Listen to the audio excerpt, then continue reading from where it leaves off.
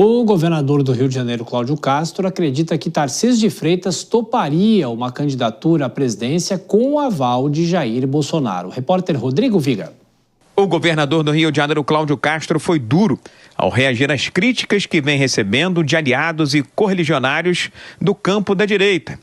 Essas críticas e acusações vieram nas últimas semanas de dois nomes aqui mesmo do Rio de Janeiro. O senador Carlos Portinho, do PL, a mesma legenda de Cláudio Castro, e do deputado estadual Rodrigo Bacelar, presidente da Assembleia Legislativa do Rio de Janeiro, que pertence à União Brasil.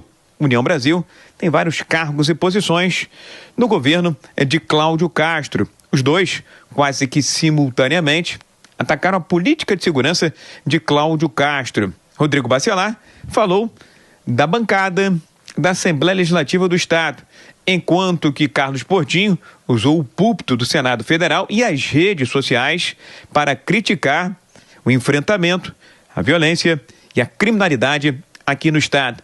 Por trás dessas cobranças, críticas e acusações, as eleições de 2026. Rodrigo Bacelar é pré-candidato ao governo do Estado para suceder Cláudio Castro a partir de 2027, enquanto que Carlos Portinho quer ser candidato ao Senado Federal pelo PL, posição também reivindicada por Cláudio Castro. Segundo o governador do Rio de Janeiro, Bacelar e Portinho têm de trabalhar mais e falar menos. Eu acho que ele tinha que passar a trabalhar, porque os 6 anos que ele ganhou de presente do querido Haroldo não serviram para nada para ser para a segurança pública. Então ele tem que começar a trabalhar antes para depois poder criticar. Cláudio Castro disse ainda que vem conversando com frequência com o governador de São Paulo, Tarcísio de Freitas, sobre as eleições de 2026. Nessas conversas, segundo Castro, Tarcísio teria admitido a possibilidade de ser candidato à presidência da República, desde que tenha o aval do ex-presidente Jair Bolsonaro. O Tarcísio tem conversado comigo que, caso seja ele o escolhido do presidente Bolsonaro, que ele abraçará a missão com toda a vênia, com toda a honra, com todo o vigor que é necessário. Do Rio, Rodrigo Viga. Dora Kramer, você que mora no Rio de Janeiro, imagino que você estava com saudades desta frase, né? Quando eu sempre falo sobre os temas do Rio. Qual o interesse do governador Cláudio Castro de entrar nessa discussão, essa briga que ele tem, falar sobre Tarcísio? É algo meio óbvio, né? Que se Jair Bolsonaro colocar a mão na cabeça de Tarcísio, mas ele fala isso agora.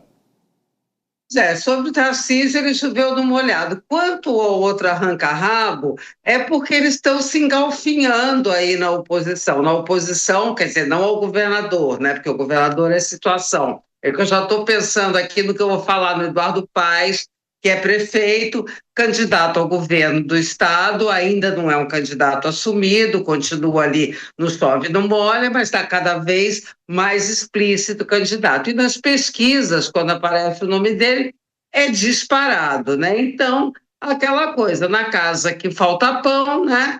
Todo mundo grita e ninguém tem razão. Então, se engalfinham o governador, o presidente da Assembleia, o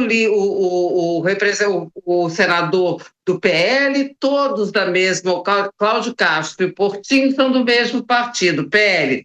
A briga ali é pela candidatura ao governo do Estado e candidatura ao Senado. Então, o Rodrigo Bacelar está numa briga explícita, aberta, com o governador Cláudio Castro. O que a gente está aqui no Rio, o que está acontecendo, é o contrário do que a gente estava comentando agora no âmbito federal, né? Dizendo que a oposição é que está perdida. Aqui no Rio, a situação, no caso, o governador, a situação é que está completamente perdida, porque não se entende, se engalfinha, e aí, enquanto isso, o que vai ser adversário, que é o prefeito Eduardo Paes, vai se consolidando como franco favorito.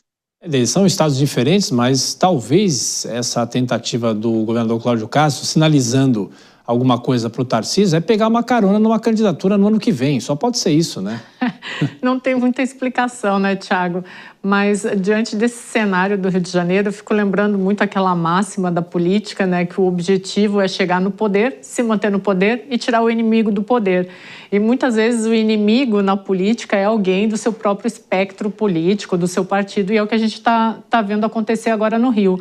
E aí tem uma coisa muito curiosa, né, porque mesmo quando esse espectro político ele se divide, não existe cadeira vazia na política, né? Então, como a Dora falou, né, eles estão se pegando ali e quem acaba sendo favorecido é a oposição ou a situação como queiram, né? Mas isso só acaba prejudicando, o que serve também de um exemplo para a nacional, né? Se a direita não se unir em torno de um nome, é bem possível que a gente veja o Rio de Janeiro replicado no cenário nacional. Ô Dora, temos um minutinho ainda, mas em relação a Eduardo Paes para o ano que vem, ele, claro, você falou, ele não é um candidato declarado, mas os indícios são todos favoráveis a ele. De qualquer forma, para 2026, ele só deve fazer qualquer anúncio na reta final da desincompatibilização. Não tem outra alternativa e ele vai nadando de braçada, né?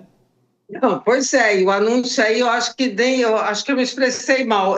Declarado eu acho que ele só não assinou embaixo ainda, mas desde a escolha do vice dele, que é um jovem, mas que ele é cria dele, como ele, Eduardo Paes, foi cria do César Maia, até todas as movimentações, ele tem feito alianças. Menino, até elogio ao Silas Malafaia, ele, Eduardo Paes, que é um aliado do Lula, elogia ao Silas Malafaia, tem andado comendo pelas bordas à direita. Então, nesse sentido, ele é um candidato assim explícito. E eu acho, se tivesse não acontecer uma maluquice qualquer, que Eduardo Paes está eleito.